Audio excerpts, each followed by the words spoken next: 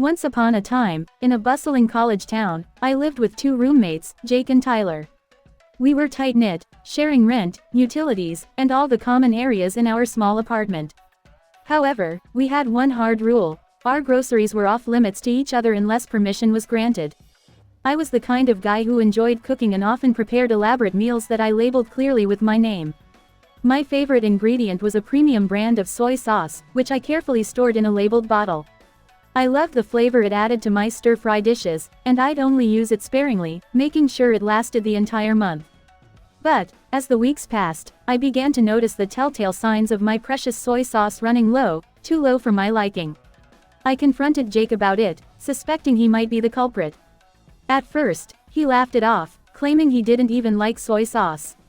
However, the disappearance continued, and I began to suspect it might not just be Jake. One day, I decided to take matters into my own hands. I bought an inexpensive bottle of regular soy sauce and transferred it into my high-end bottle. My roommate, Tyler, who was notorious for his heavy-handed cooking, was always on the lookout for anything that could add flavor to his dishes. The next evening, I made a big stir-fry and called my roommates for dinner. As they dug in, I watched carefully for reactions. Tyler, upon tasting the dish, made a face. He had clearly overdone it with the new soy sauce.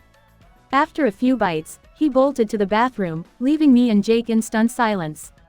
When Tyler returned, he was fuming. He accused me of sabotaging him, claiming that I had given him something toxic. I didn't say a word. Instead, I simply pointed to the empty bottle on the counter, and his expression changed as the realization hit him. It was my soy sauce he had been stealing, and the cheap substitute had not agreed with him.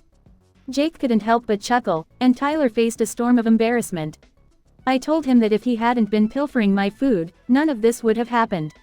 Tensions were high for a few days afterward, but eventually, we had a frank conversation about respecting each other's things.